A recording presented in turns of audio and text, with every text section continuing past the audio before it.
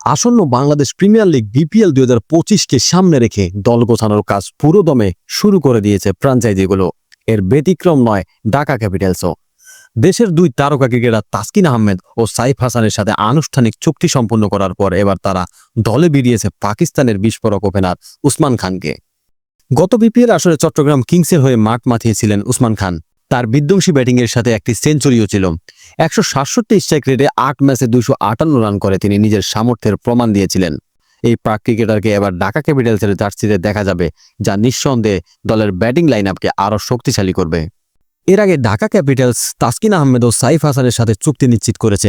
গত আসরে তাসকিন দুর্দান্ত রাজশাহীর হয়ে খেললেও এবার তিনি ফিরেছেন নিজের গড় ঢাকায়। অন্যদিকে রংপুর রাইডার্সের হয়ে খেলা সাইফ হাসানও যোগ দিচ্ছেন ঢাকা ক্যাপিটালসে। বিপিএলের নিয়ম অনুযায়ী নিলামের আগে প্রতিটি দলকে দুজন স্থানীয় ক্রিকেটারের সঙ্গে সরাসরি চুক্তি করার সুযোগ দেওয়া হয়েছে। আর ঢাকা ক্যাপিটালস এই সুযোগকে দারুণভাবে কাজে লাগিয়ে এই দুই তরুণ প্রতিভাকে দলে নিয়েছে। বিপিএলের খেলোয়াড় নিলাম অনুষ্ঠিত হবে আগামী 21 নভেম্বর। তার আগেই দলগুলো নিজেদের পছন্দের ক্রিকেটারদের দলে বেড়াতে মরিয়া হয়ে কাজ করছে।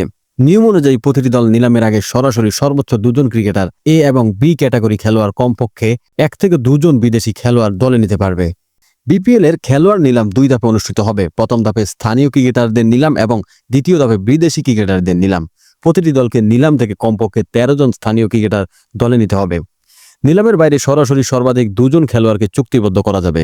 সব মিলিয়ে প্রতিটি দল সর্বোচ্চ 16 জন স্থানীয় ক্রিকেটারকে নিবন্ধন করতে পারবে।